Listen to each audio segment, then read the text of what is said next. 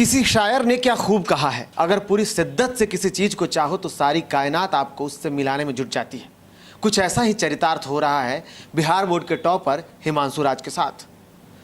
दरअसल इस साल बिहार बोर्ड की मैट्रिक परीक्षा में रोहतास जिले के नटवार के जनता हाई स्कूल से हिमांशु राज ने 96.20% अंक हासिल कर बिहार में पहला स्थान प्राप्त किया। जिसके बाद हिमांशु ने पत्रकारों के सामने अपने आगे के लक्ष्य को जाहिर करते हुए बताया कि वह सॉफ्टवेयर इंजीनियर बनना चाहते हैं, लेकिन हिमांशु के पिता सब्जी बेचकर अपने घर का पालन पोषण करते हैं। ऐसे में हिमांशु के लिए उनका लक्ष्य मुश्किल लग रहा था। ऐसे में अब हिमांशु की चाहत को देखते हुए लोग मदद को हाथ बढ़ाने लगे हैं। मुझे बहुत खुशी महसूस हो रही है कि मैंने बिहार टॉप किया है और मेरे साथ साथ मेरे माता पिता को भी खुशी महसूस हो रही है, सभी लोगों को। मेरी हॉबी जो है सॉफ्टवेयर इंजीनियर बनना में। हालांकि हिमांशु की स्थिति और उसके दृढ़ निश्चय को देखते हुए ना ही कोई विधायक, ना ही सांसद, बल्कि डेहरी से युवा समाज सेवी समीर दुबे ने हिमांशु के लक्ष्य को सफल बनाने के लिए सहयोग देने की बात की है। समीर दुबे ने कहा है कि हिमांशु राज्य के सपनों को पूरा करने में पूरा मदद करूंगा, जिसके लिए हिमांशु को वाराणसी के आईटी कोचिंग में निःशुल्क शिक्षा दिलवाऊंगा। इसके लिए संस्थान से बात हो चुकी है। इसके साथ ही समाज सेवी समीर दुबे ने न्यूज़ 111 संवाददाता रोहित से खास बातचीत की, जिसमें उन्होंने हिमांशु को लेकर कई और बात भी की। स्वागत है आप सभी का न्यूज़ 111 में। मैं हूं आपके साथ रोहित और हमारे साथ मौजूद हैं डेहरी के युवा समाज सेवी समीर जी। आइए हम उनसे कुछ बात करते हैं। पहले तो आपका न्यूज़ 111 में आपका स्वागत है। बहुत बहुत धन्यवाद भाई रोहित जी। और सबसे पहले मैं धन्यवाद देना चाहूँगा इस चैनल को जिसका नाम है न्यूज़ 111।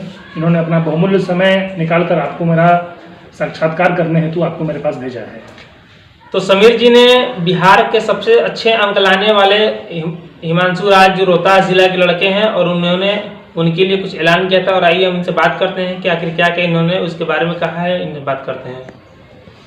आपने हिमांशु राज के बारे में कुछ ऐलान किया है, क्या कहना चाहते हैं? सबसे पहले तो मैं बिहार विद्यालय परीक्षा समिति द्वारा आयोजित बिहार बोर्ड मैट्रिक की परीक्षा में टॉप किए अपने रोहतास जिले के हिमांशु राज को शुभकामनाएं देता हूं। और जब मैंने ये जाना कि अपने रोहतास जिले का नाम एक लड़के ने पूरे बिहार में सर्वोच्च स्थान प्राप्त करके रोशन किया है, सबसे पहले मैं उसको बधाई दी। और बधाई संदेश देने के दरम्यान जब मैंने उनसे पूछा कि आप अपने जीवन में आगे और क्या करना चाहते हैं और कैसे आगे की पढ़ाई करनी चाहते हैं, तो हिमांशु ने बताया कि वो IITian बनकर सॉफ्टवेयर इंजीनियर बनना चाहता है। तो मेरे मन के अंदर एक विचार आया कि IITian कोई व्यक्ति तभी बन सकता है जब उसको बेहतर कोचिंग, बेहतर व्यवस्था दी जाए, क्योंकि IITian बनना बहुत आसान नहीं।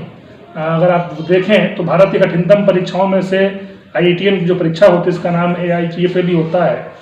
आप कई सारी परीक्षाएं जो इंजीनियरिंग की होती हैं वो बहुत आसान नहीं है। तो जनरली हमने जब देखा तो मैंने पाया कि हिमांशु को इसमें व्यवस्थित रूप से कोई व्यवस्था देने की ज़रूरत है। तब मैंने उसको निःशुल्क शिक्षा प्रदान कराने के लिए वाराणसी के L1 कोचिंग इंस्टीट्यूट से बात करके और वहाँ के डायरेक्टर श्री अरुण तिवारी जी से अप्रूवल लेकर, बाकायदा अरुण तिवारी की मैंने उनसे बात भी कराई और हिमांशु राज को निःशुल्क तैयारी कराने के लिए JEE मेंस एंड एडवांस का, जिसको IIT की भी तैयारी आप कह सकते हैं, जो कि Indian institute of technology college का नाम होता है। जनरली वो तैयारी जो होती है वो इंजीनियरिंग की प्रवेश परीक्षाओं की तैयारी होती है।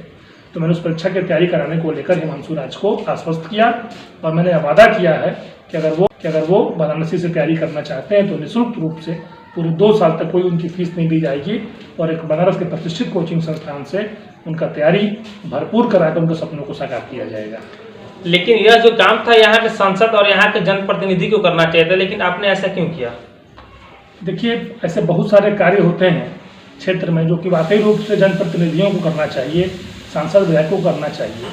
लेकिन मेरा ऐसा मानना है कि किसी भी कार्य को करने के लिए किसी पद की ज़रूरत नहीं होती है।